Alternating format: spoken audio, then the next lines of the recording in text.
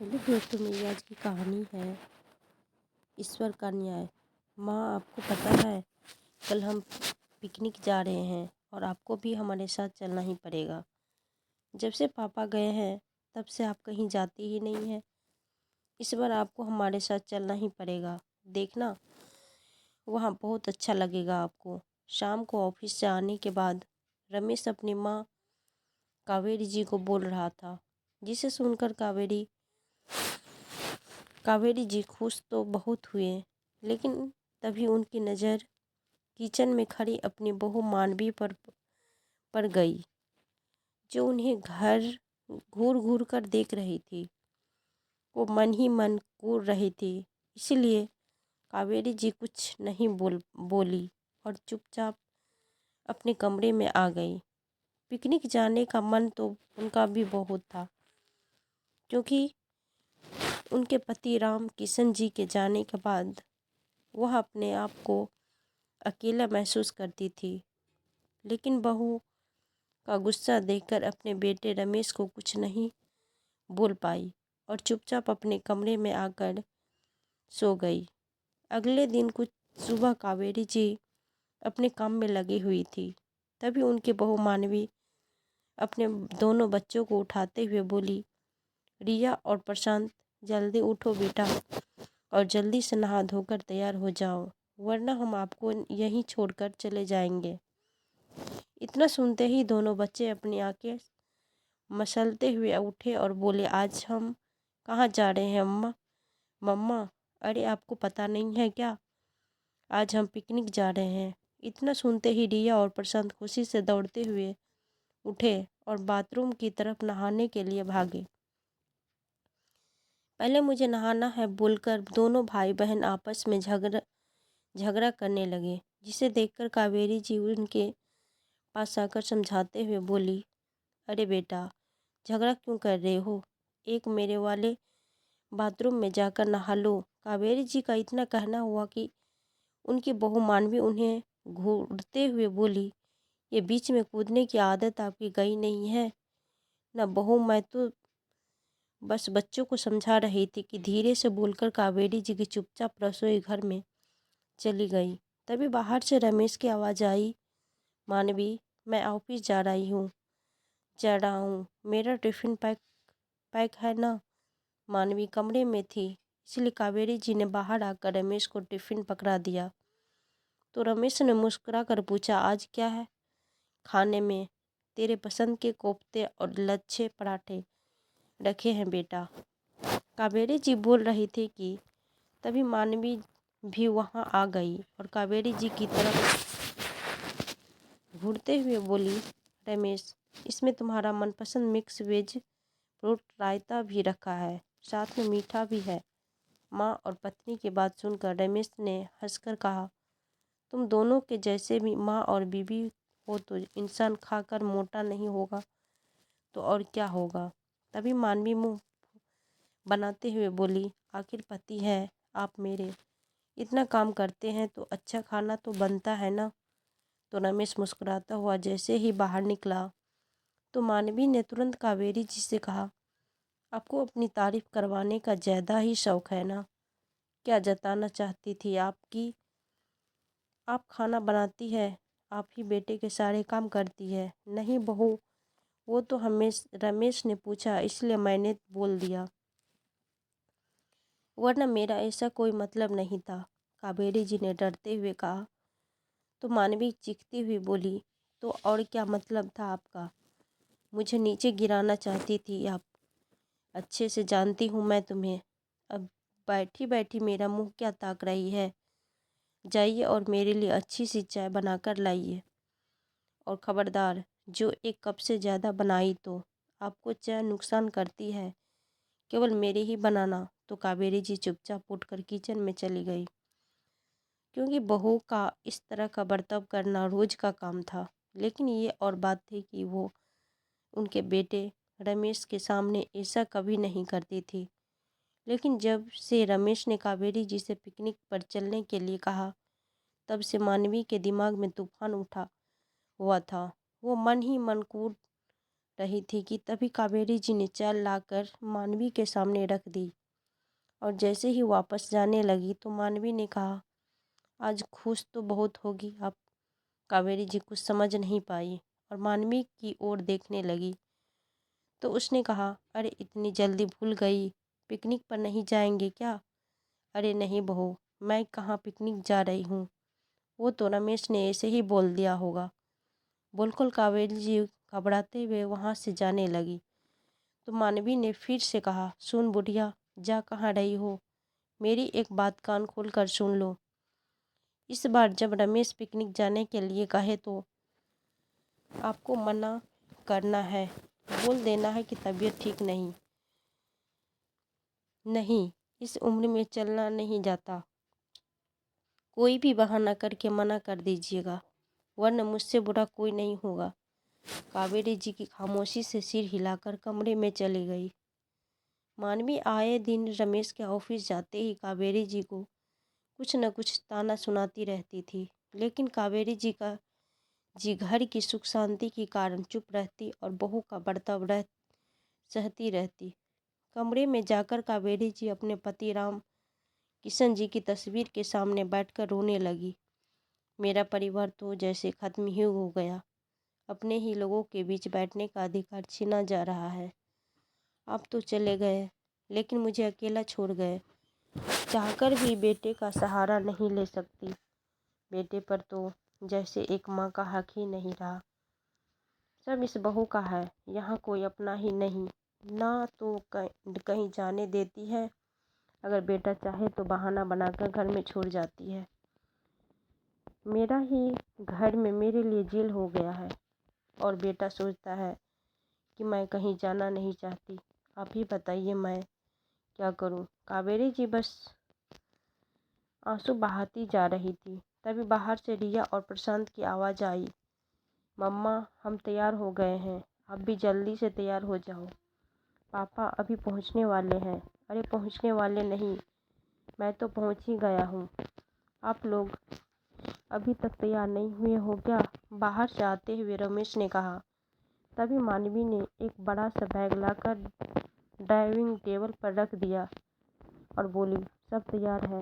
रमेश आपसे सब सामान कार में रखो, जब तक मैं तैयार होकर आती हूँ। इतना कहकर मानवी जैसे ही वापस मुड़ी तो पीछे से रमेश ने कहा, अरे मानवी, माँ कहाँ है? वो तैयार नहीं हुई है क्या? देख लो जाकर कमरे में, तो निकल नहीं रही है। आज न जाने। रमेश की तरफ देखा तो कि झट से उठकर अपनी माँ कावेरी जी के कमरे में की ओर चल दिया था। रमेश ने अंदर घुसते ही देखा तो कावेरी जी लेटी हुई थी।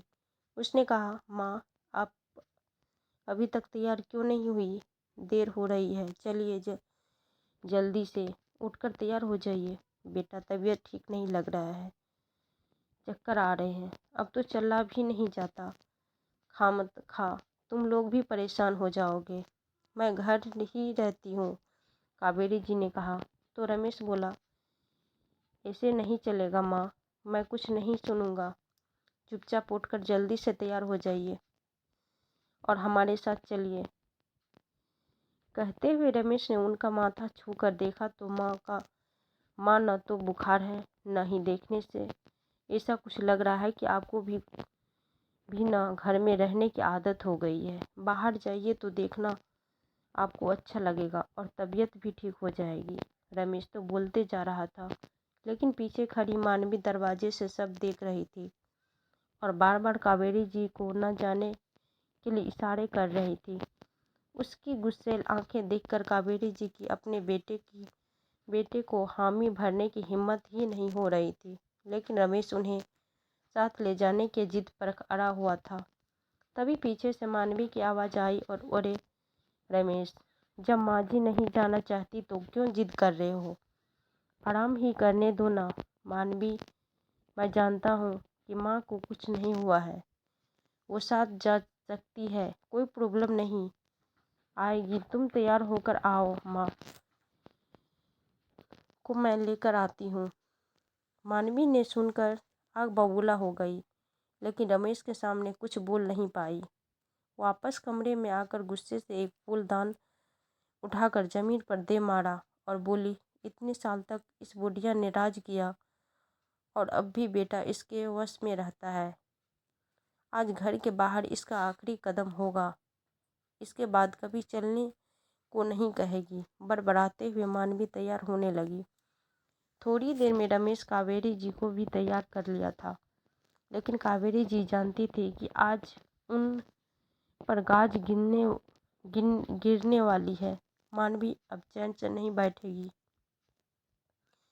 इस खौफ से कावेरी जी के अंदर ही अंदर कांप रही थी। तभी मानवी अंदर आई और मुस्कुरा कर बोली, मम्मी जी आप तैयार हो गई। अच्छा हुआ जो आप साथ चल रही है, इससे तबीयत भी ठीक हो जाएगी। वैसे कहीं आप झूठ तो नहीं बोल रही थी कि तबीयत खराब है? घर में रहकर कोई काम तो नहीं करना था आपको? बहू की बात सुनकर कावेरी जी समझ गई कि वो क्या कहना चाह रही है। उन्होंने तुरंत कहा, अरे रमेश बेटा, मैं तो भूल ही नहीं गई थी कि मुझे एक स्वेटर तैयार करना है, जो मेरी सहेली सुमित्रा है ना, उसने अपने पोते के लिए बनवाई थी। इसीलिए तुम लोग मेरी बात मानो और चले जाओ। बेटा रमेश ने कहा, माँ फिर से कोई बहाना मत बनाइए। आप चल रही है बस, और इसके आगे कुछ नहीं बोलेगा। स्वेटर कोई इतना ज़रूरी नहीं है बेटा। कि बात सुनकर कावेरी जी मानवी की तरफ देखने लगी। जैसे कह रही हो बहू, मैं क्या करूं?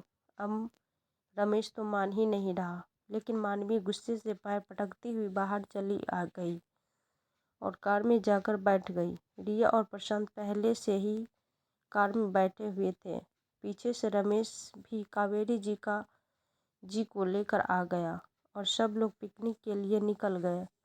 पूरे रास्ते मानवी मुंह फुलाकर बैठी रही। रमेश कुछ भी पूछता तो कह देती कि मेरे सिर में दर्द है। इतना सारा काम और इतना सारा खाना बनाना कोई मजाक है क्या? मेरी कोई मदद भी नहीं करता। मानवी का गुस्सा देखकर रमेश ने कहा, अरे यार शांत हो जाओ और अपना मुंह ठीक करो। मैं जल्दी ही एक मेड का इंतजाम कर दूंगा। कम से कम पिकनिक पर तो खुश होकर जाओ। दोनों बच्चे भी रास्ते भर खिलखिलाते रहे और खूब बातें करते रहे। कावेरी जी भी उनके साथ रहकर घर पर हुई बातें भूल गई। खैर थोड़ी देर बाद पिकनिक स्पॉट भी आ गया और दोनों बच्चे रिया और प्रशांत कार से उतरकर पकड़म पकड़ाई खेलने लगे। रमेश और मानवी ने मिलकर कार से सामान निकालकर बाहर रखा और चटाई पर रखकर ठंडी हवा का आनंद लेने लगे। कावेरी जी भी इधर उधर टहलते हुए हरियाली देखने लगी, लेकिन मानवी के मन में एक ही बात चल रही थी कि इस बुढ़िया को कैसे सबक सिखाया जाए। वो थोड़ी देर बैठी सहन रहने के बाद उठकर कावेरी जी के पास गई और बोली, क्यों बहुत खुशी हो रही है ना?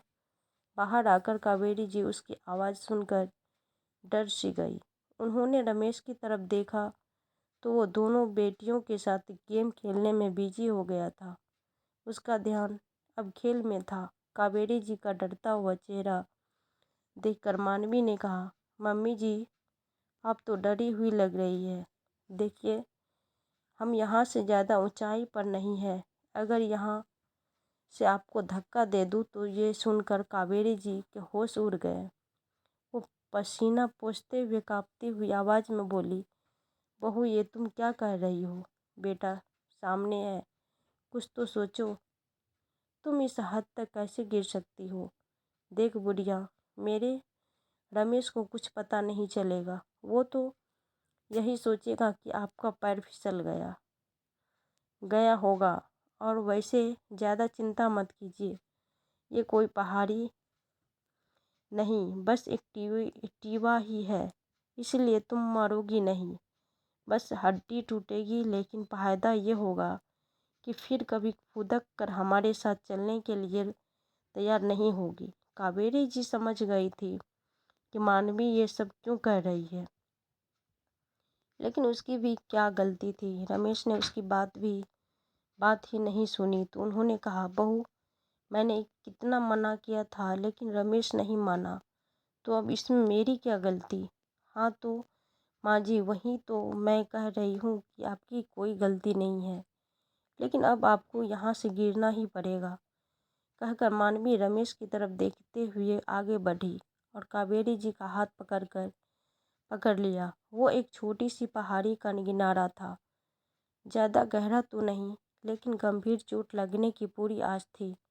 रमेश की तरफ देखते हुए मानवी जैसे ही कावेरी जी को धक्का देने लगी, तभी पीछे से रमेश की आवाज़ से मानवी के पैर कांप गए। उसका पैर फिसला और कावेरी जी की जगह वो खुद पहाड़ी से नीचे गिर गई। कावेरी जी जोर से चिल्लाई, मानवी बेटा, लेकिन तब तक मानवी नीचे गिर चुकी थी। रमेश दौड़ते हुए आया और उसने नीचे देखा तो पहाड़ी ज़्यादा ऊंची तो नहीं थी, लेकिन बहती नदी के किनारे मानवी बेहोश पड़ी थी।